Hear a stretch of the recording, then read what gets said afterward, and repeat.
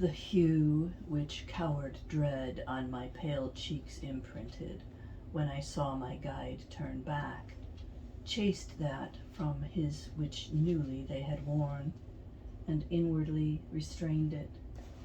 He, as one who listens, stood attentive, for his eye not far could lead him through the sable air and the thick gathering cloud. It yet behooves we win this fight, thus he began. If not, such aid to us is offered. Oh, how long me seems it ere the promised help arrive. I noted how the sequel of his words cloaked their beginning, for the last he spake agreed not with the first, but not the less my fear was at his saying, sith I drew to impart worse, perchance, than that he held, his mutilated speech. Doth ever any into this rueful concave's extreme depth descend, out of the first degree, whose pain is deprivation merely of sweet hope? Thus I inquiring, rarely, he replied, it chances that among us any makes this journey which I wend. Erewhile, 'tis true, once came I here beneath, conjured by fell Eriteo, sorceress, who compelled the shades back to their bodies. No long space my flesh was naked of me, when within these walls she made me enter, to draw forth a spirit from out of Judas' circle. Lowest place is that of all, obscurest, and removed furthest from heaven's all-circling orb. The road full well I know, thou therefore rest secure. That lake, the noisome stench exhaling, round the city of grief encompasses, which now we may not enter without rage.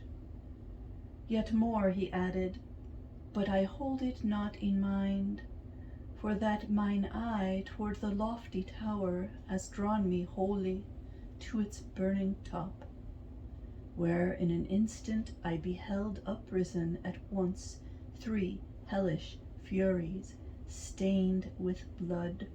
In limb and motion feminine they seem.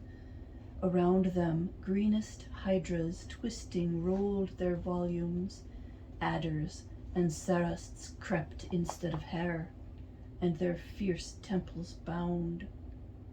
He, knowing well the miserable hags who tend the queen of endless woe, thus spake, mark thou each, Erinys. To the left, this is Megara, on the right hand she who wails, Alecto, and Tisiphone in the midst.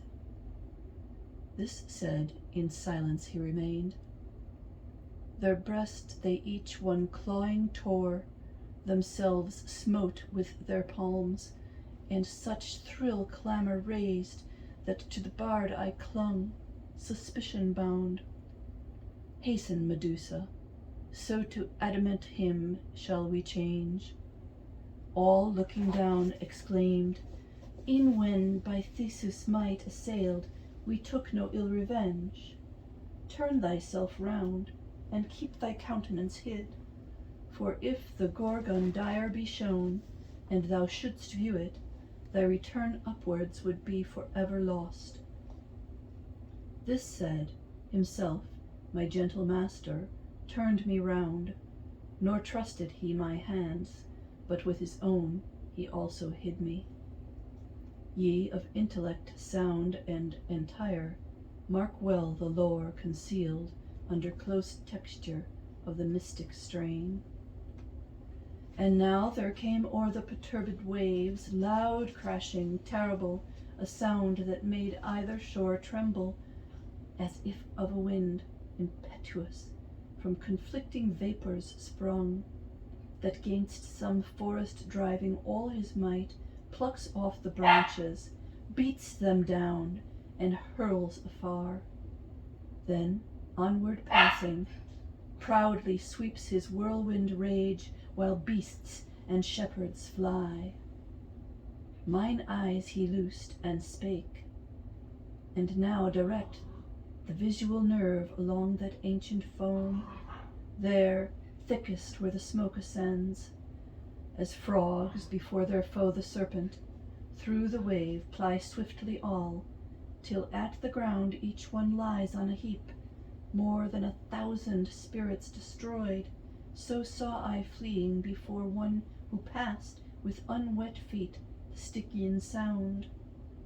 He from his face removing the gross air, oft left hand forth stretched, and seemed alone, by that annoyance wearied.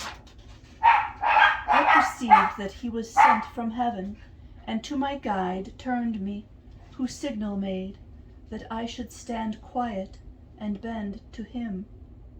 Ah me, how full of noble anger seemed he! To the gate he came, and with his wand he touched it, whereat, open, without impediment, it flew. Outcasts of heaven, O abject race and scorned, began he on the horrid Grunzel standing. Whence doth this wild excessive insolence lodge in you? Wherefore kick you gainst that will ne'er frustrate of its end, and which so oft hath laid on you enforcement of your pangs? What profits, as the fates to butt the horn? Your Cerberus, if ye remember, hence bears still, peeled of their hair, his throat and maw.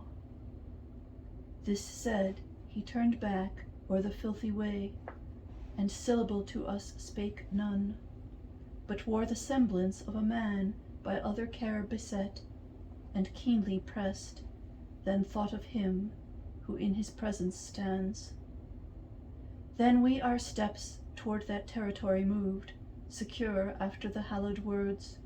We unopposed there entered, and my mind eager to learn what state a fortress like to that might hold, I soon as entered throw mine eye around, and see on every part wide stretching space, replete with bitter pain and torment ill. As where Rhone stagnates on the plains of Arles, or as at Pola, near Quarnau's gulf, that closes Italy and laves her bounds, the place is all thick spread with sepulchres. So was it here, save what in horror e'er excelled. For midst the graves were scattered flames, wherewith intensely all throughout they burned, that iron for no craft their hotter needs. Their lids all hung suspended, and beneath from them forth issued lamentable moans, such as the sad and tortured well might raise. I thus, Master, say, who are these interred within these vaults, of whom distinct we hear the dolorous sighs? He answer thus returned, the arch-heretics are here, accompanied by every sect their followers, and much more than thou believest. The tombs are freighted, like with like is buried, and the monuments are different in degrees of heat. This said, he to the right hand turning, on we passed, betwixt the afflicted and the ramparts high.